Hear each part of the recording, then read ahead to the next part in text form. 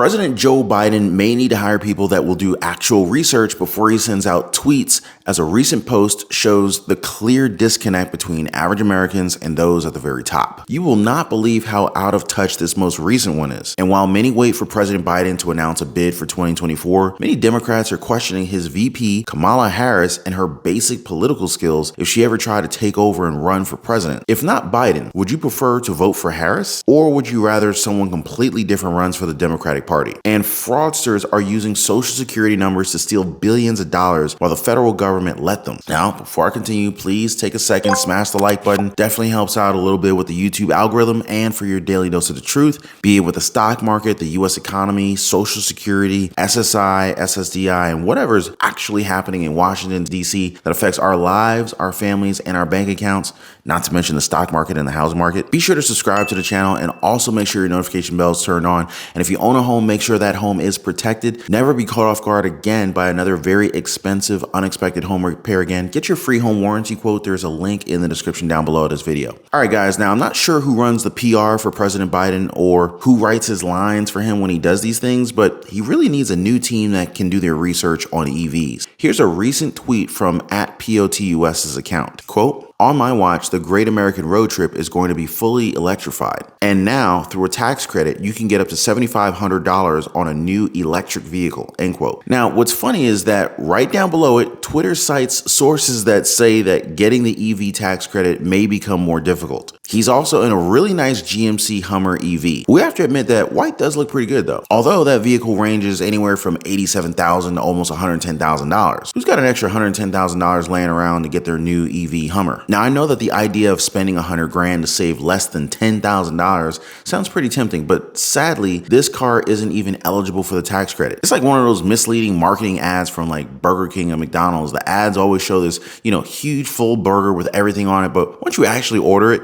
it doesn't look anything like the advertisement. Happens to me every time. So no, you're not gonna be able to save $7,500 to buy this $110,000 EV. Not happening. Now, from EVs, let's talk about Elon Musk. He has now cautioned the Federal Reserve on even more interest rate hikes, as he believes this will crush the stock market. According to billionaire Elon Musk, quote, "I think the Fed needs to be very cautious about having a Fed rate that potentially exceeds 6%. Why don't you essentially put your money in T-bills or savings accounts instead of the S&P 500? If the S&P 500 is variable and the bank interest rate is not, the Fed is at risk of crushing the value of all equities. Quite a serious danger," end quote. Tesla stocks have seen a resurgence in the first few weeks of this year, its best since May 2013, with Elon Musk predicting that they may be able to produce 2 million vehicles in 2023. Now, while that's a great prediction for his company, no one could have predicted that around 70,000 Social Security numbers were going to be used for pandemic-related loans. Just how much money was taken? According to Pandemic Response Accountability Committee, $5.4 billion in C-19-related federal loans were released.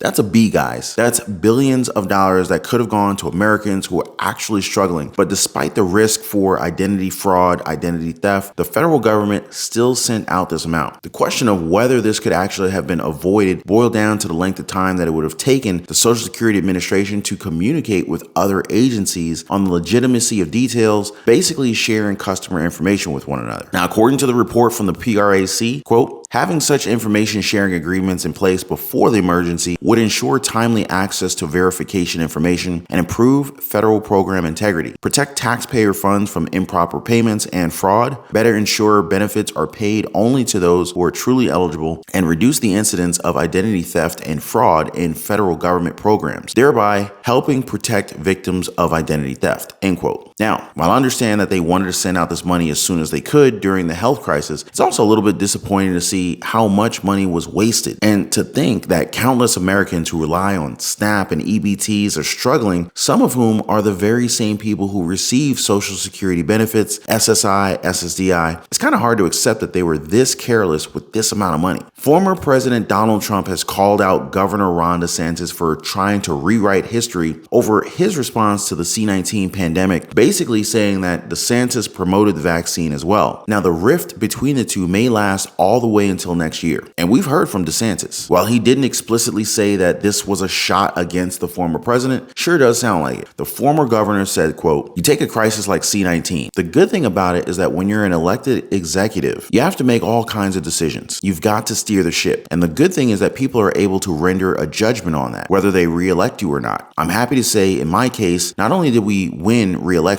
we won the highest percentage of the vote that any Republican governor candidate has in the history of the state of Florida," end quote. Now, I don't know about you guys, but the line about being re-elected seems like a direct shot at Trump for not winning his own re-election. Now, while Republicans are most probably going to decide between these two, Democrats already know who they don't want, and this is Vice President Kamala Harris. We might be looking at one of the biggest breakups in American history, something we haven't seen since the 40s. It looks like Democrats in the media are working on dumping Kamala from the ticket. On Friday, Liz Warren, out of nowhere, suggested Biden could swap out Harris for someone else he's more comfortable with. If he's that old in his second term, the vice presidency becomes even more important. Should Kamala Harris be his choice the second time around? You know, I really want to defer to what makes Biden comfortable on his team. We go way back, but they have to be a team. Kamala's team hit the ceiling and forced Pocahontas to apologize, and now Liz says she didn't mean it. Primetime thought it was just a one-time thing, until the media agreed with Warren.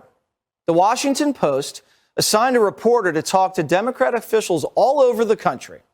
The reporter asked, could Kamala be president? The Democrats said, I like her as a person, love that she's a black woman, but no way, Jose. One anonymous Democrat said this, every fiber in my body wants her to be president. Everything I've ever fought for is for someone like her to be president. I think she's a good person with a good heart who can lead the country, but I don't know that the people who have to make that happen feel that way right now. I don't know that she has what it takes to get over the hump in our present environment.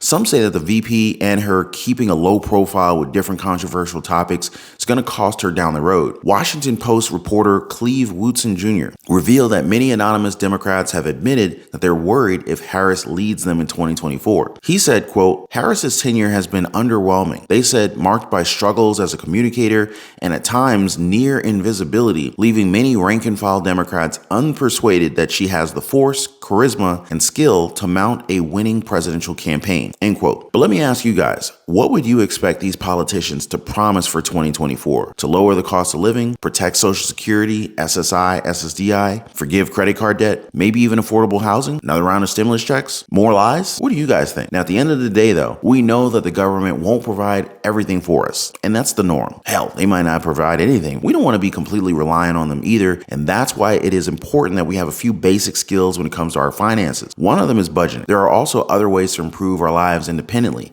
We can improve our cash flow with side hustles, small businesses, drop shipping, e-commerce, affiliate marketing. Those normally create multiple streams of income. There's also investments in the stock market. As long as you do your research, we can get into real estate or the stock market. If any of these topics are interesting to you, feel free to join us over in the Patreon community. This is what we talk about over there. The path to financial freedom is not simple, but it's also not impossible. But before I go, please don't forget to drop a thumbs up for the video. Also subscribe for your daily dose of the truth. There is no sense in keeping silent when we have the facts. Appreciate you guys watching. Be kind to one another, and I'll see you guys on the next one.